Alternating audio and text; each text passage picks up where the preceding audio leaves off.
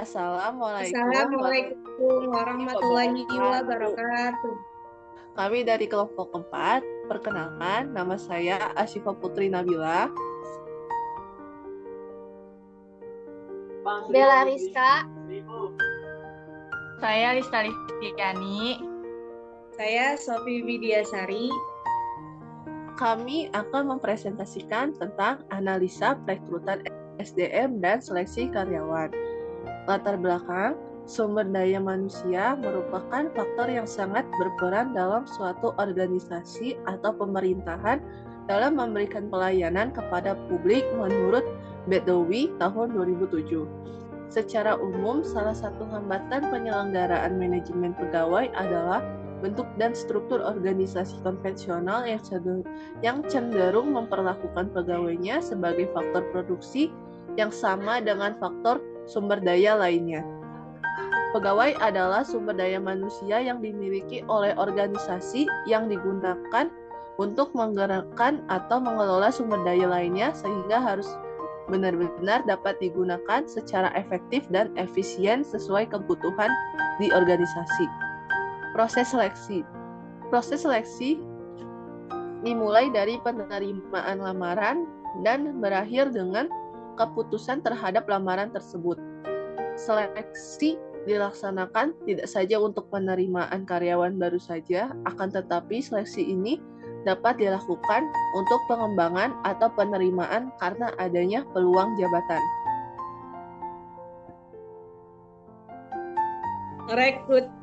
Rekrutmen merupakan suatu cara mengambil keputusan perencanaan manajemen sumber daya manusia mengenai jumlah karyawan yang dibutuhkan, kapan diperlukan, serta kriteria apa saja diperlukan dalam suatu organisasi.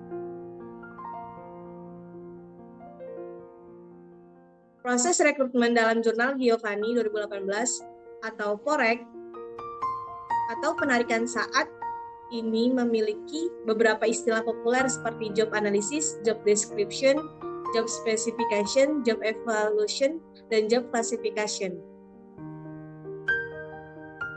Job analisis atau analisis jabatan merupakan prosedur untuk menentukan tanggung jawab dan persyaratan keterampilan dari sebuah pekerjaan jenis orang yang akan dipekerjakan.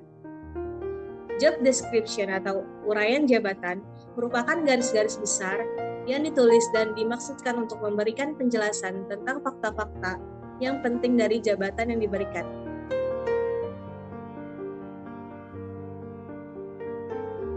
Job specification atau persyaratan jabatan merupakan catatan mengenai syarat-syarat orang yang minimum harus dimiliki untuk menyelesaikan pekerjaan dengan baik. Yang job evaluation atau penilaian jabatan yaitu penilaian kegiatan yang dilakukan guna membandingkan dari suatu jabatan dengan nilai dari suatu jabatan lainnya. Job classification atau penggolongan jabatan yaitu pengelompokan jabatan-jabatan yang memiliki nilai yang sama. Dalam jurnal Giovanni 2018, setelah diketahui spesifikasi jabatan atau pekerjaan karyawan yang diperlukan, maka harus ditentukan sumber-sumber penarikan calon karyawan. Sumber penarikan karyawan bisa berasal dari eksternal perusahaan. Sumber internal menurut Hasibuan 2008 adalah karyawan yang akan mengisi lowongan kerja yang diambil dari dalam perusahaan tersebut. Hal ini dapat dilakukan dengan cara melakukan mutase atau memindahkan karyawan yang memenuhi spesifikasi jabatan atau pekerjaan tersebut.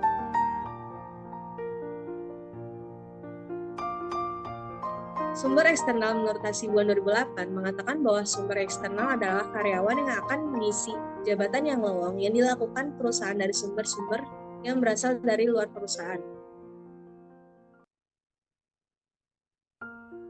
Metode rekrutmen. Metode rekrutmen terdiri dari dua macam, yaitu metode tertutup dan metode terbuka. Metode tertutup yaitu di mana rekrutmen diinformasikan kepada para karyawan atau orang tertentu saja.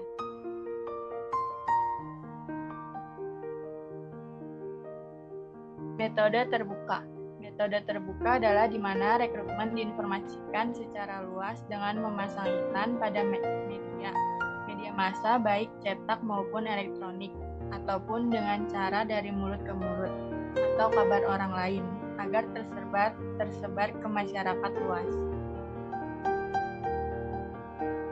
Pengertian seleksi.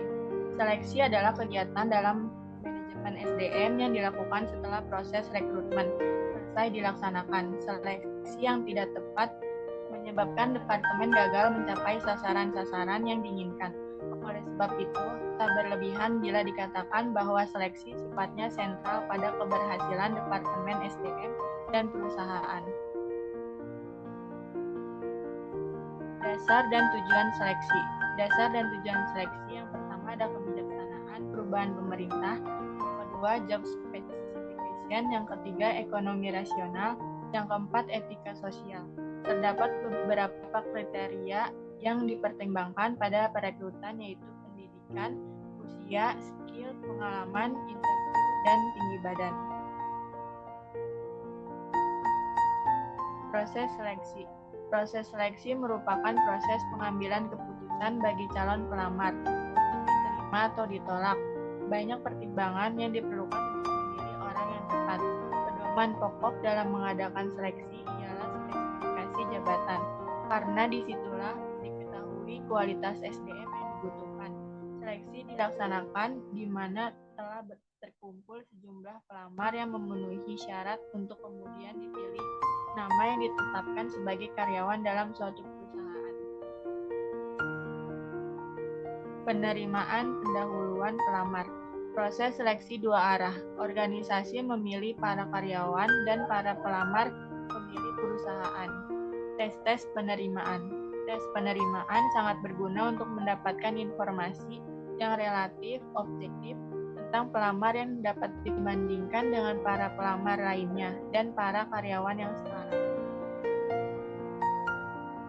Wawancara seleksi. Wawancara seleksi adalah percakapan formal dan mendalam yang dilakukan untuk mengevaluasi diterimanya atau tidak seorang pelamar. Pemeriksaan referensi. Memeriksa referensi adalah meneliti siapa referensi pelamar, dipercaya atau tidak untuk memberikan informasi mengenai sifat, perilaku, pengalaman kerja, dan hal lainnya yang dianggap penting bagi pelamar.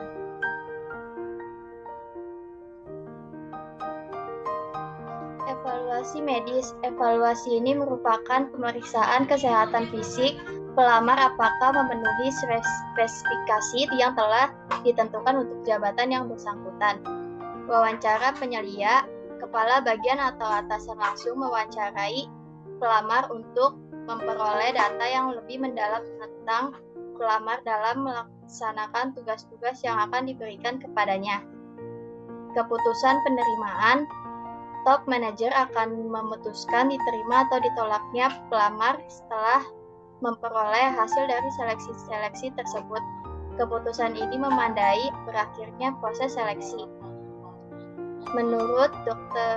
D.S. Melayu SP Hasibuan 2011 dalam jurnal Giovanni 2018, seleksi penerimaan karyawan dalam suatu perusahaan untuk bertujuan mendapatkan sebagai berikut ini.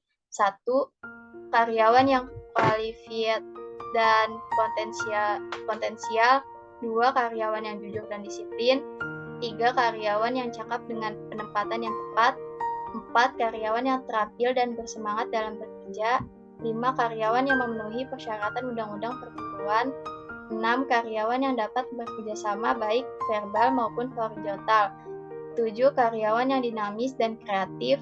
8. Karyawan yang inovatif dan bertanggung jawab sepenuhnya. 9. Karyawan yang loyal dan berdedikasi tinggi. Menurut Hasibuan 2016 dalam Badriyah 2017 mengemukakan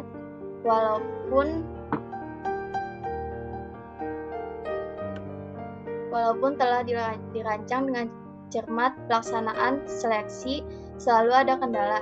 Hal ini terjadi karena orang-orang yang akan diseleksi adalah orang-orang yang memiliki pikir dinamis dan harga diri. Kendala dalam seleksi, kesulitan untuk menentukan standar tolak ukur, kesulitan untuk mendapatkan mendapatkan jawaban yang jujur dari pelamar, kesulitan mendapatkan pelamar yang tepat dan jujur dan objektif penilaiannya. Terima kasih.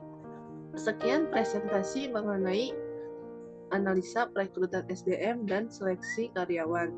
Kurang lebihnya mohon dimaafkan. Wassalamualaikum warahmatullahi wabarakatuh.